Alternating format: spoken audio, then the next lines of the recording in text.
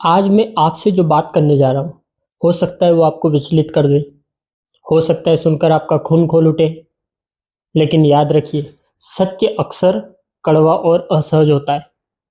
हम एक ऐसे दौर में जी रहे हैं जहाँ युद्ध मैदानों में नहीं, बल्कि हमारे घरों में, ड्राइंग रूम और मोबाइल स्क्रीन पर लड़ा जा रहा है। हम बात कर रहे हैं उस संगठित तरीके की जिसे दुनिया लव जिहाद कहती है।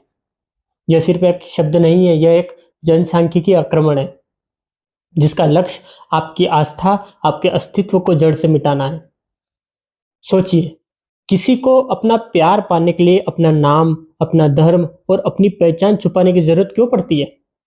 अगर प्यार सच्चा है तो वह कलावा बांधकर या खुद को राहुल या अंकित बताकर क्यों शुरू होता है? यह धोखे की नींव पर खड़ी एक ऐसी इमारत है जिसका हश्र हमेशा तबाही होता है। क्या आपने कभी उन लड़कियों की आंखों में झांका है जिन्होंने अपनी मर्जी से घर छोड़ा, लेकिन कुछ ही महीनों बाद उनकी लाशें टुकड़ों में मिली? वो प्यार नहीं था, वह एक टारगेट था। उन्हें सिखाया जाता है कि कैसे कमजोर मानसिकता वाली लड़कियों को ढूंढना है, कैसे उन्हें परिवार से दूर करना है और कैसे अंत में उन्हें धर्मांतरण के लिए मजबूर करना है। सबसे बड़ा दुख इस बात का है कि जब ये घटनाएं होती है तो हमारे ही समाज का एक वर्ग इसे व्यक्तिगत पसंद का नाम देकर ढकने की कोशिश करता है। हम अपनी सहिष्णुता के इतने आदी हो चुके हैं कि हमें अपने ही विनाश की आहट सुनाई नहीं देती। हम वसुदेव कुटुंबकम का नारा लगाते रहते हैं, लेकिन हमने यह नहीं देखा कि सामने वाला इसे हमारी कमजोरी मान बैठा है। जब तक चोट पड़ोसी के घर पर लगती है, हमें लगता है कि हम सुरक्षित हैं, लेकिन याद रखिए, आग जब लगती है तो वह ये नहीं देखती कि घर किसका है।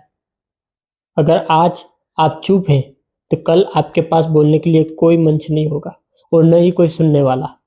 हम अपनी संस्कृति को खुद अपने हाथों से नीलाम कर रहे हैं।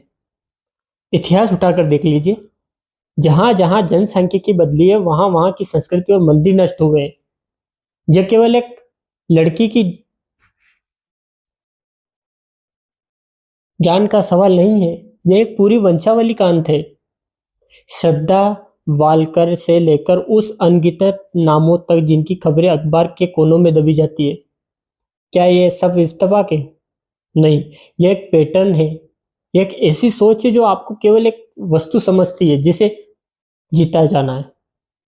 जब तक आप उनके काम के हैं तब तक आप बेगम हैं, और जिस दिन आपने विरोध किया उस दिन आप 35 टुकड़ों का हिस्सा बन जाते हैं। क्या हमारे पूर्वजों ने इसी दिन के लिए बलिदान दिए थे? क्या महाराणा प्रताप और छत्रपति शिवाजी महाराज का खून हमारी रगों में सूख चुका है? यह समय विलाप करने का नहीं है, बल्कि शस्त्र और शास्त्र दोनों को समझाने का है। अपने घर की बेटियों को केवल पढ़ाया लिखाया ही न जाए, उन्हें संस्कारित भी किया जाए। उन्हें हमारे इतिहास की वीरांगनाओं, माता पद्मिनी और रानी लक्ष्मीबाई की कहानियां सुनाई जाए।